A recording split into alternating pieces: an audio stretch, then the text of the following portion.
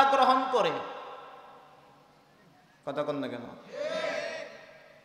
বান্দা ইবাদত করে আল্লাহ তাআলার জন্য করে, আল্লাহ এটাকে অ্যাকসেপ্ট করে। যে বান্দার ইবাদতটা সুন্দর হয় তো ওই বান্দার ইবাদতটা আল্লাহ তাআলার কাছে গ্রহণযোগ্য হয়। আল্লাহ নামাজ পড়ে না কিন্তু বান্দা নামাজ পড়ে, আল্লাহ রোজা রাখে না কিন্তু বান্দা রোজা রাখে, আল্লাহ হজ্জে বাইতুল্লাহ করে না কিন্তু বান্দা হজ্জে বাইতুল্লাহ করে, আল্লাহ জিকির করে না, লা ইলাহা ইল্লাল্লাহ পড়ে না কিন্তু বান্দা পড়ে, আল্লাহ পড়ে না সুবহানাল্লাহ কিন্তু বান্দা সুবহানাল্লাহ পড়ে, আল্লাহ পড়ে না আলহামদুলিল্লাহ কিন্তু বান্দা পড়ে আলহামদুলিল্লাহ, আল্লাহ পড়ে না আল্লাহু আকবার বলে না কিন্তু আমার বান্দা আল্লাহু আকবার বলে।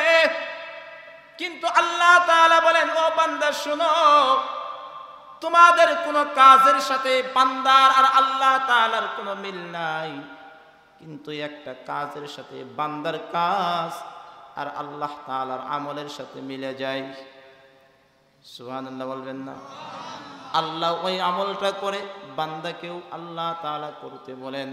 আল্লাহ বলেন, ইন্নাল্লাহা ওয়া মালাইকাতাহু ইউসাল্লুনা আলান নবী ইয়া আইয়ুহাল্লাযীনা আমানু সাল্লু আলাইহি ওয়া সাল্লিমু তাসলিমা। আল্লাহ বলেন, বান্দারে তুমি আমার নবীর প্রতি দরুদ পাঠ করো। কই কেন করবা? কই এত কারণ জানার দরকার নাই, একটা কারণ শুনে নাও। সেই কারণটা হইল তুমি দরুদ পাঠ করো কারণ তোমার আল্লাহ তোমার নবীর প্রতি দরুদ পাঠ করে। সুবহানাল্লাহ বলেন।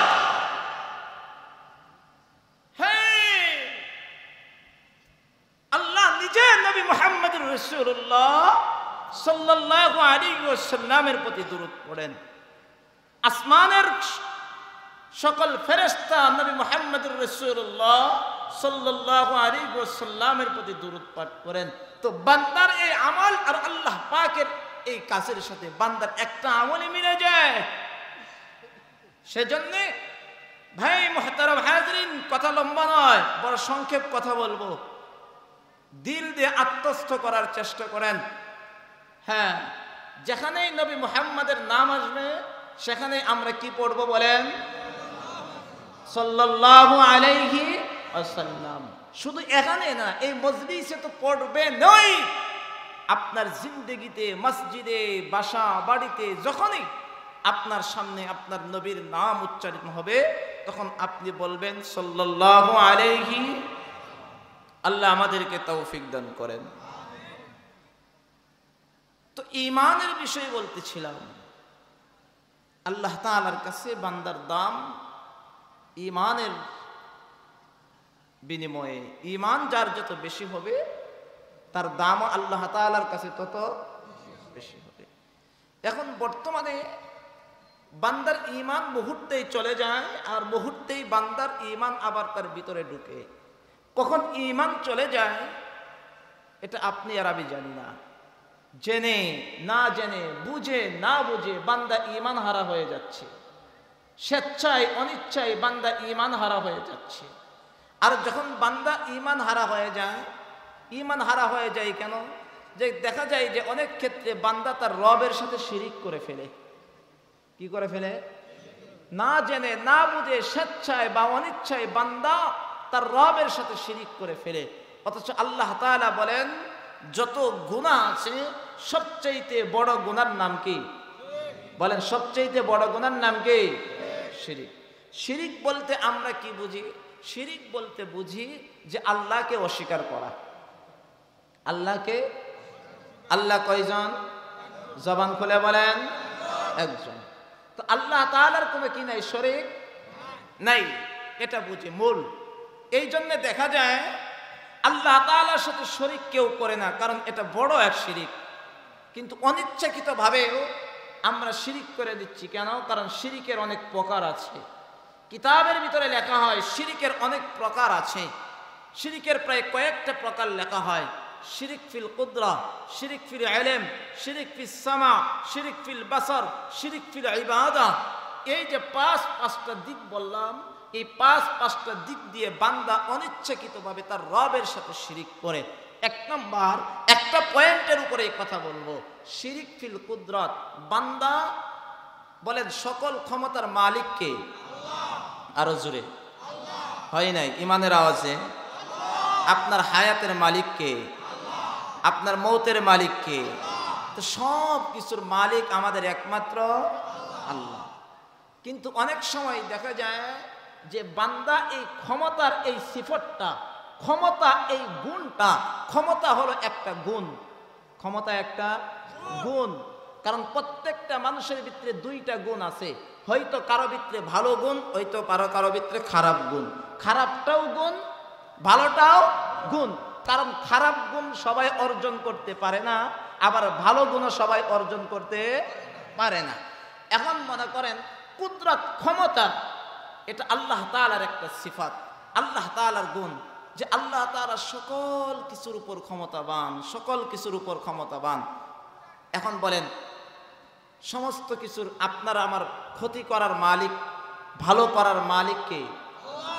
বলেন ক্ষতি করার মালিক কে? আল্লাহ। ভালো ক্ষতির মালিক একমাত্র কার হাতে? আল্লাহর হাতে।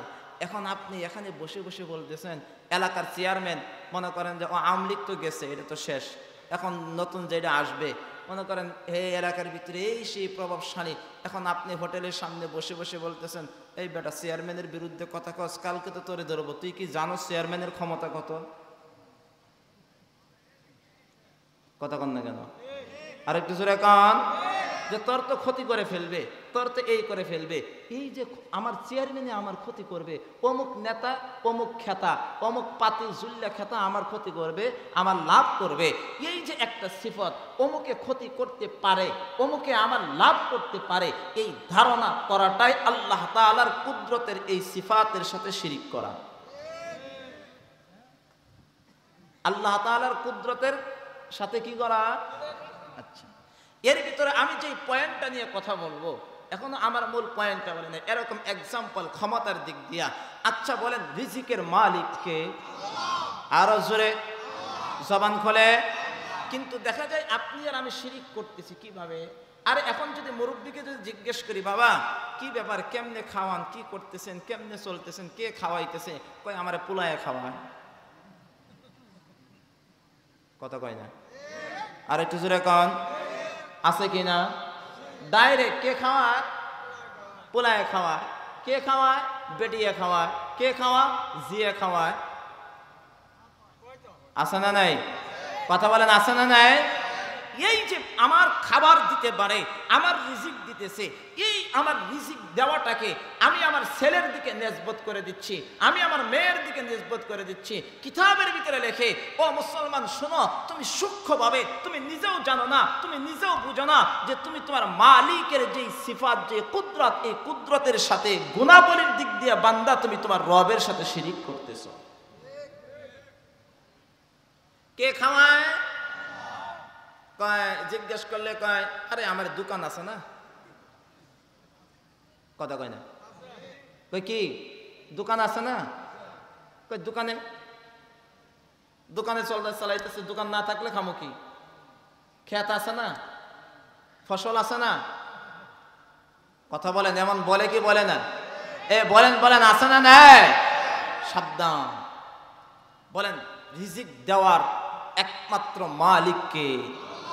আর জোরে বলেন আল্লাহ তাআলা রিজিক দিতে পারেন। এক নাম্বার প্রমাণ কোরআনে কারীমের সূরাতুল হুদের 5 নম্বর 6 নম্বর আয়াতে কারীমা রব বলেন। কয়েকটা কোরআনে কারীম আয়াত থেকে এই দলিলগুলা দিচ্ছি, তারপরে লাস্টে বলবো কি কি কারণে রিজিক বাড়ে, কি কি কারণে রিজিক বাড়ে। এই কয়েকটা আমলের কথা বলে আজকের মতন কুল্লু খালাস করব।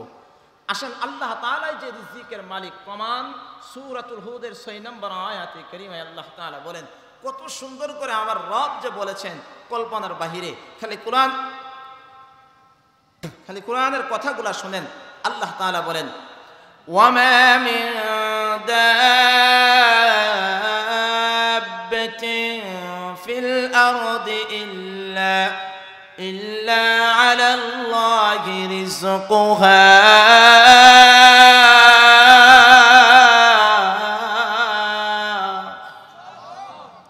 আল্লাহ তাআলা বলেন বান্দা ওমা মিন দাব্বাতিন ফিল আরদ জমিনের মধ্যে এমন কোন মাখলুক নাই এই বলেন জমিনের মধ্যে এমন কোন মাখলুক নেই আপনি একজন মাখলুক আমি একজন মাখলুক আরে এই যে পোকা যে ঘুরতেছে পোকা পোকা এটাও একটা মাখলুক মাটির নিচে যে পিপিলিকা এটাও একটা মাখলুক ঘাস মাখলুক যা আছে পশু পাখি মাখলুক আপনার ঘরের ছাগল মাখলুক আপনার ঘরের গরু মাখলুক তারপরে হাঁস মুরগি মাখলুক সকল মাখলুক ওই পুকুরের মাছ মাখলুক আল্লাহ বলেন ও মানুষ শুনো মাছেরও খাবারের দরকার আছে না নাই আর জোরে বলেন